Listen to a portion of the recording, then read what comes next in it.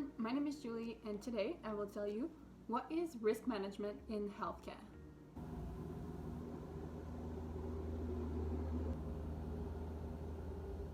Thank you, Snowplow. Great appearance. I'm actually really excited about this video because this is my job. I am the risk management officer, or also known as the risk manager in a healthcare institution. So risk manager is not a job title that when I tell people they go, "Ah, yes, I know exactly what you do." So I'm looking forward to be able to show them this video to explain what I do for a living. I've had this position for almost a year now and I love it. It is essential to the security and quality of healthcare services, and I love being able to support healthcare workers in their daily activities. So let's get started. So before continuing, I will mention that the definitions I will give you are very general. Usually risk management in healthcare is covered by the law, so definitions might vary from a country to another or a state to another, but the big lines are usually the same, and this is what I'm going to give you today. So let me start by briefly explaining to you what is a risk. So a risk is considered an association between the probability of an event causing consequences happening and the significance of those consequences. In healthcare, it is 100% oriented on the patient, so it is not within the work health and safety department. When we do include risk, such as the ones for employees or financially and all of that, we call that integral risk management. But that's a subdivision of general risk management, and that's not what I'm focusing on today. So now let me move on to how does the work get to the risk manager? So basically, how do you know what risks there are and where to find them? Didn't that sound a lot like a Harry Potter movie?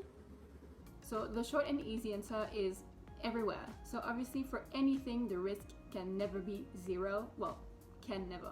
It will never be zero, especially when you work with humans and for humans.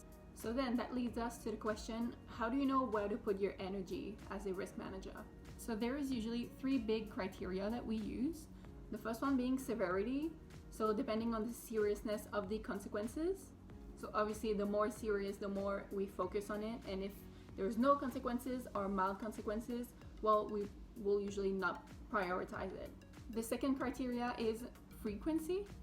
So obviously if it's something that keeps repeating itself, we'll focus on it more than something that happens once and that is likely not going to happen again. And the third criteria is the amount of people that were affected by the event. So obviously the more people, the more we put energy on it. And now you might ask yourself the question, and how do I know all of this information? How does it reach me? And that is when incident reports come into the equation. So an incident is considered an adverse event that could have been avoided or prevented. And that is whether they did reach the patient or almost did or could have reached the patient. So where I live, it is mandatory by the law for anyone who works in the healthcare system to declare an adverse event if they witness one. These reports are not nominative, so that means that if I write a report because I witnessed someone doing the wrong thing, I wouldn't say like, "Oh, Bob did XYZ and he shouldn't have." I'll go, patient received XYZ and shouldn't have. Patient received XYZ and that wasn't part of his treatment. Then once the employee finished his report, that report goes to the manager or the chief of the unit. The point of that being that, number one, the chiefs will know what's happening on their unit.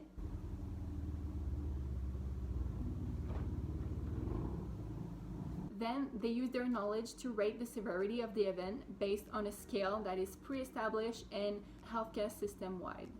And then after receiving a report, the last thing chiefs will do is put measures into place to make sure the event doesn't occur again. And then finally that report reaches me and I get to work. Although I'm not just sitting here waiting on a report to reach me.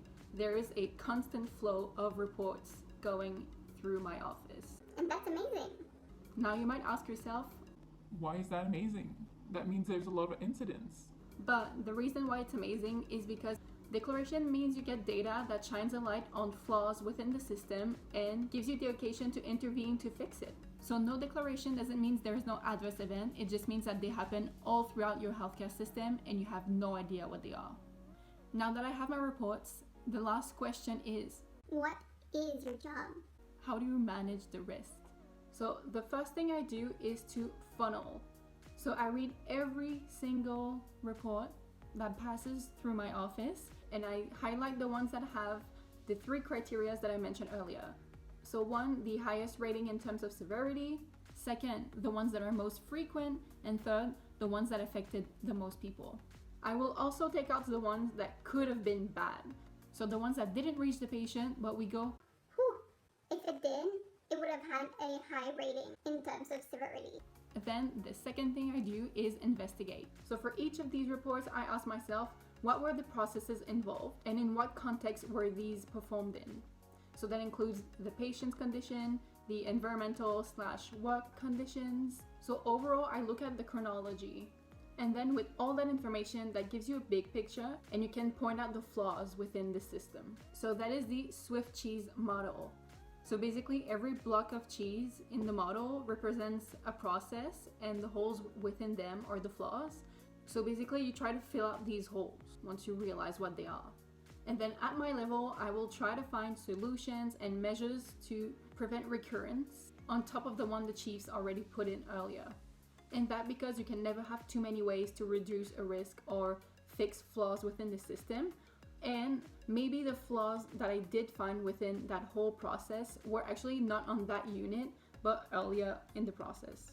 And then once I figure out my measures, I send them to the management of that unit, and they must make a plan to put them into place. And after that, it is also my job to keep track of all of these recommendations and make sure the plans are being followed and completed by the deadlines. So obviously that's one stream of risk management, that's one part of my job, and it is more on the reaction side of things, but there's a lot of work that we do on the prevention side. For example, I'm on every single construction or renovation project committee to make sure that we are creating safe environments. I visit units every now and then to make sure everything's okay. I respond to requests from units and chiefs to make sure that what they are going to implement will be working in terms of risk management and so much more. So here we go. This was my attempt to explain what a risk management officer in healthcare does. Hopefully you learned something out of it, and I hope you enjoyed this video. If you did, please leave a like, comment, share, subscribe. The classic YouTube things. If you have any more questions about risk management in healthcare, please leave them in the comments and I'll see what I can do to answer them. So thank you so much for watching, and I hope you feel safer knowing there's one extra healthcare professional looking out for you. Bye.